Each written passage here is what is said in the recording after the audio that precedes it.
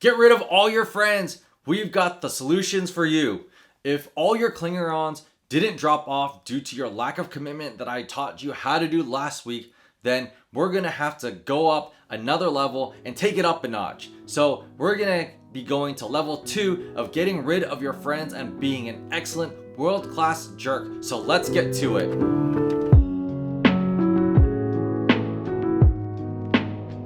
I hope you're doing well on this Chinese New Year and Valentine's Day weekend. I'm Dominic, and Lighthouse is a youth ministry at Austin Chinese Church where we desire for every student to personally experience the light of Christ and for students to shine the light of Christ into your spheres of influence. Last week, I showed you how to be a bad friend by being an uncommitted friend in 3 specific ways, by not being physically, mentally, and emotionally committed. So tonight's way to lose friends is to tear them down with your words. If they're going to insist on being around you, then you might as well make it miserable for them, right? Let's take another look at the book of Proverbs. It says this in Proverbs 16:28. A dishonest man spreads strife, and a whisperer separates close friends. If you continue to read the book of Proverbs, you would hear time and time again of the wicked capabilities that it says the untamed tongue can possess. But this one verse sparks the imagination to several ways one can cause drama amongst one's friends. I can't tell you of the number of relationships I've seen turn sour both in person and online because people were careless with their words. It doesn't matter if you've just got a filthy mouth constantly towards someone, or you just let one juicy story out that you were entrusted with. You can be sure that it will cause problems. In fact, it will cause more than just problems. It can cause pain. Look at what Proverbs says earlier in chapter 12, verse 18. There is one whose rash words are like sword thrusts, but the tongue of the wise brings healing. Pain can be a great reason for someone to leave a relationship, and it can come in a variety of ways, including physical, which I would not suggest since, that would get you into legal trouble. So we are going to be looking at 3 verbal ways to be a bad friend and tear your friends down, and we're going to use Mean Girls to illustrate these 3 ways. The first way to be a bad friend verbally is just to be plain mean. Katie's blushing. Oh my god, you totally have a crush on that guy. No, I don't. That's why you wanted to join the mathletes. Mathletes? You hate math. Look how red she is. You love him, and he totally complimented you. That is so fetch. Gretchen, stop trying to make fetch happen. It's not going to happen.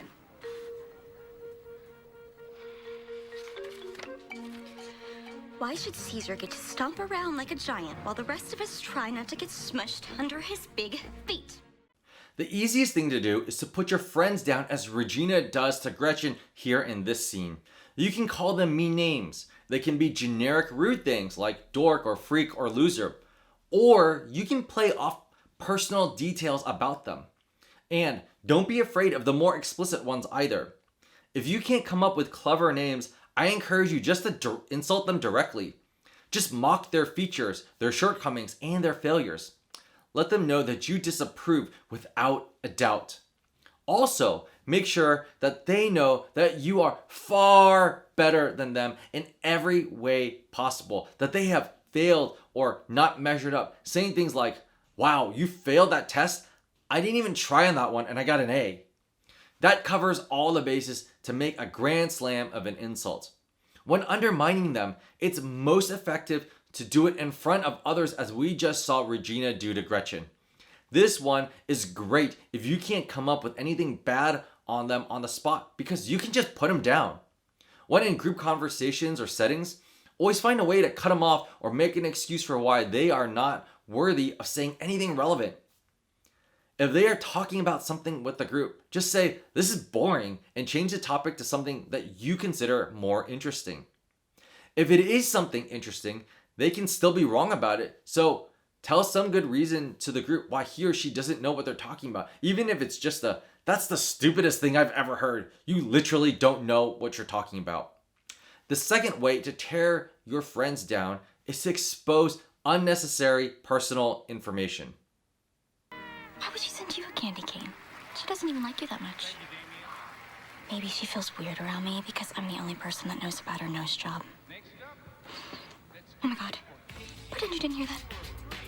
There is a pretty easy model to follow with this step, like we see with Gretchen spilling that Regina got a nose job. Simply take any non-public knowledge that would embarrass or make others think less of them and share it openly. This could be things said to you in confidence, like crushes, worst fears, and family drama. It could also be things that they've gone through personally. Perhaps how they cried when they heard that their crush liked someone else, or how they wet the bed at a sleepover in the first grade. Once you've picked out your juicy tidbit, just bring it up for no good reason at all, other than just to try to get anyone else's attention. It also helps if, after you've shared it with one person, you go ahead and continue to share it with others. After all, there's no harm since it's no longer a secret, and it will ensure that your soon-to-be ex-best friend knows that it was you who shared their dark secret with everyone else. If they are boring or haven't trusted you with any secrets, it doesn't mean that you can't come up with some. Oh my god, I love your skirt. Where did you get it? It was my mom's in the 80s. Vintage. So adorable. Thanks. That is totally the ugliest skirt I've ever seen. Oh my god, I love your bracelet. Where did you get it? Try and make them believable yet still surprising. Regina masters this to make the other girl feel like she really is complimenting her. But then she says the quiet part out loud. I suggest spinning facts that you do know. Here are a few examples of what you can do. Is their parent easily upset? Say something like, I'm pretty sure their dad has an anger problem or something. Did they just get called to the office for no good reason? Tell other students that you heard that he's getting screened for a drug test. If they've been dating someone and are gone from school for a few days, tell everyone, she must be pregnant. The more outlandish it is, the better it will sever your relationship because it will cause more pain, thus driving them further away from you because that is the opposite of what friends do. Again, we find ourselves in some pretty gruesome situations pretty easily because it's easy to be a bad friend. In fact, words make it really easy to be an enemy. It reminds us of Jesus' biggest earthly enemy, the Pharisees. They personally never laid a hand on Jesus, but because they so strongly disliked him, they let their words do some major damage. They referred to him as a blasphemer, a drunkard, and a troublemaker. Many helped perpetuate untrue rumors that he was trying to cause political unrest. Worst of all, when Jesus was on the cross, they mocked him to think that these were God's people. It all makes you aware very quickly the ways we have torn others down, but that is not what we have been called to do.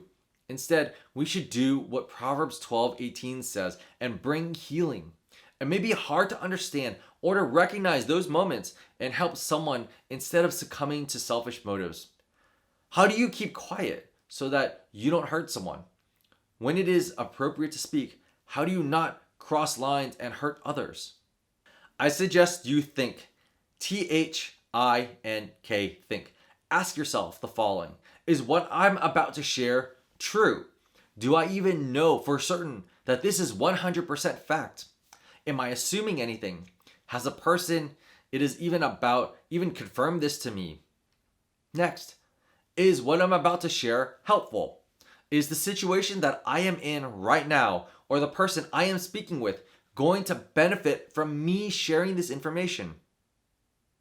Next, is what I'm about to share inspiring? Does this do anything to uplift someone while not bringing anyone else down? You see, if you're trashing someone else to make someone else feel better, it isn't inspiring. Next, is what I'm about to share necessary?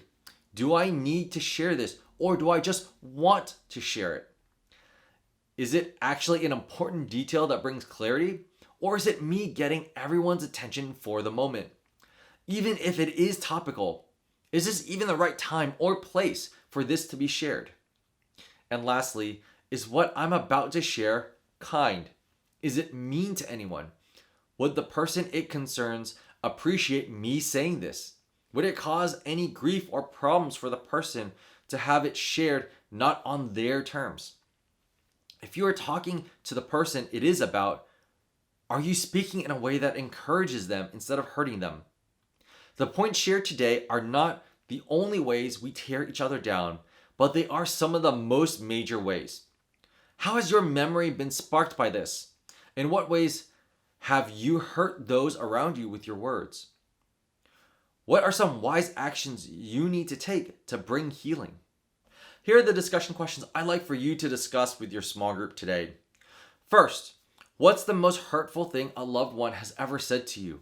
Second, Proverbs 12:18 says that reckless words can pierce like swords.